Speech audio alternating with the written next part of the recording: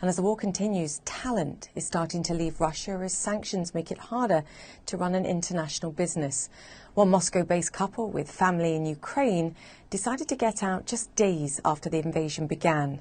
Nikita and Valentina Blanc are the founders of HeyEveryone, offering a way to automate investor communications. They began work while still in Russia, but say they were never planning to incorporate there. Nikita and Valentina Blanc join us now. Welcome to you both, and thank you for joining the show. Nikita, talk to me first. The beauty of this day and age is that you can run an international business from anywhere, because a lot of it's remote. But 3 days into the invasion, you decided you and your family, had to leave Moscow. Talk to me about that decision. Why? Julia, thanks for having us. Well, that was a very emotional decision. At a certain point, we felt like we already hit the bottom, but each new day brought us something new in terms of bottoms, and we just thought that we can't, run the business in a calm and safe place. So we decided to run it from somewhere else. And that, that was important because that was the moment when we started running things. And Valentina, it's personal for you because half of your family is Ukrainian. They're still there. It's on your father's side. How are your Ukrainian family doing? Yeah, Julia, thank you for having us. My gut feeling is that we are going through a tough time. And human psyche, as you know, has three options: stand, fight, or run. And at first I felt like I'm frozen. There is uncertainty all over the place. You have no idea of what's going on. And my hopes of tensions fading evaporated soon. And so we decided to move on with our lives and move. And I'm half Ukrainian, and my relatives live in Ukraine. They're spread across different locations like Kharkiv, Kiev, and others. And we also have our family house that we got from our great-grandmother. At some point, our relatives called and told us about this situation, and their city near Kiev is being under military actions. Long story short, they went heading to our family house and took their friends and sisters, the youngest of them, by the way, 3 years older, like my daughter. Yeah, and all of the 25 people were hiding. Pretty terrifying. In the house. Pretty terrifying for you. I can hear it in your voice. Nikita, what about the family that you left in Russia? What are they saying to you about what they think's going on? Do they understand?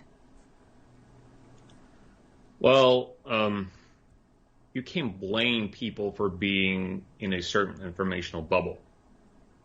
So, like, older generations, they tend to watch TV, and due to the fact that all of the independent media was simply blocked in the country, the only source of information is, you understand. So, like, this is their source of information. This is how they understand things. And they're not really able to read Western media. They're not able to read Ukrainian media as well, or any independent media. So communication-wise, it's like a tough call. But we're trying to find our common spots and talk about things that we both love. And right now, the most important thing for all of us is that everyone stays safe, and there's no military actions. That's the most important thing. Do you think you'll ever go back to Moscow, Nikita? Because as you said, you were looking to incorporate your company in the United States anyway. Is it possible to build a thriving digital or tech company in Russia even before this? Does it feel pretty impossible now, given all the economic constraints and the political constraints too, let's be clear? Well, that it's not our first company that we're doing, right? And previously we had another company that we were building that was called Challenge app. We were actually number 4 top popular app in the United States back in 2020. Funny enough, after we left Taiwan in 2017, we were running that company from Russia. And despite of the fact that our team was totally decentralized, we were like spread across the world, including United States, Russia, Ukraine, Belarus, Thailand, and other countries. That didn't feel impossible that we could run an international business, because that was a very, very, very cool place to live. But right now, what I'm hearing from VCs, and currently we're building mostly a U.S.-based company because we're starting with U.S. clients, so we're fundraising in the U.S. What I'm hearing is that they don't want to, have anything attached to Russia in their portfolio. And this is totally understandable. You couldn't expect a US-based VC to invest into a Russian-based company. That never happened before. I never heard about this before. So to us, it's not something new. It's just that we physically have to be someplace else. Yeah, because it's become so toxic to have anything to do with Russia or Russian investment of any kind. We're going to continue this conversation about your business, which is fascinating in of itself, but I do want to talk about your family, because you have a beautiful daughter, Eva. You're now in Georgia. I'm sure in the beginning, as I've heard from many Russians around the world, they were afraid perhaps of what the reception would be. How has the reception been to you there? And she's absolutely beautiful, by the way. We've got some other pictures of her too.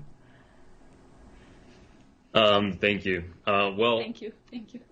reception, I don't know. I don't really know what to say.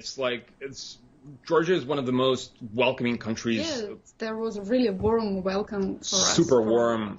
Yeah, because we do have relatives here in Georgia as well, and we're not to say that we're famous, but local people do know us, and they understand that we're totally international folks, that we have nothing to do with the situation that goes on right now, and we, however, understand that people are concerned about the way things are, and so we're not trying to be pushy or anything. We're just trying to be super friendly to everyone, and yeah, we're also very, very thankful and grateful for people being so welcome and supportive. And by the way, a lot of international entrepreneurs they help local people to work, and they make some startups like we made with the local people, and try to help them. Yeah, we actually managed to make another startup here.